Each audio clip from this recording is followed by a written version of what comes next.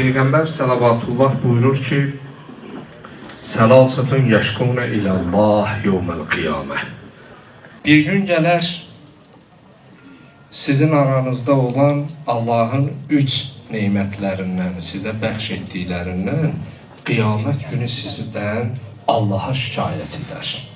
3 şey var ki, bugün əlimizdədir. Əgər biz onun dəyərini, qiymətini bilməsək, qiyamət günü bizdən şikayətçi olar. Əl-əvvəl Kitabullah, Əl-Qur'anul Kerim, la yuqra və qubarun aleyh.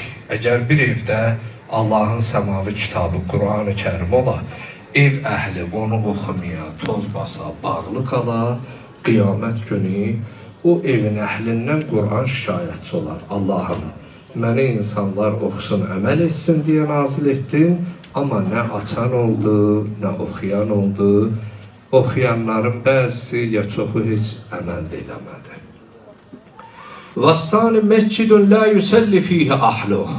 Əgər bir kənddə, bir qəsəbədə məscid ola, əgər o kəndin, qəsəbənin sakinləri gəlib məsciddə namaz qılmayalar, qiyamət günü o məscid, o kəndin, qəsəbənin sakinlərindən şikayətçi olar.